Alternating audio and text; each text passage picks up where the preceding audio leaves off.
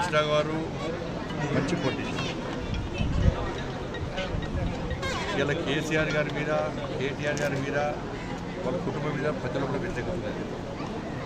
హరీష్ రావు గారు మంచి పొలిటీషియన్. ఇట్లా అని చెప్పి మళ్ళీ హరీష్ రావు గారు మాకు ఫోన్ చేసిండను, లేకపోతే బీజేపీలో చేరుతున్నాను అనుకోలేదు. నేను ఓపెన్గా మాట్లాడతా, ఓపెన్గా అన్ని విషయాలు చెప్తాను. ప్రజలు కూడా పేరుంది, ఉద్యమం చేసిన వ్యక్తి. బట్టి హరీష్ రావు మంచి పొలిటీషియన్. హరీష్ రావు వచ్చినా కూడా మళ్ళీ రాజీనామా చేసి మళ్ళీ ఎన్నికల పోటీ చేయాల్సింది. ఎందుకంటే హరీష్ రావు పోటీ చేస్తాడు, మంచి మనకు ప్రజాభిమానం ఉంది కాబట్టి. ఈ 8 పార్లమెంట్ స్థానాలు మేము గెలిచాం, వాళ్ళు 0. అప్పుడు కేసీఆర్ గిజాన్ అడిగారు బీజేపీ ఏముంది అన్నాడు.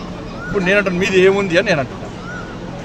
ఇప్పుడు మాది గింత పార్టీ అన్నావు, మేము కేంద్రంలో అధికారంలో ఉన్నప్పుడు కూడా మాది గింత పార్టీ అన్నావు. ఇప్పుడు నీదెంత పార్టీ?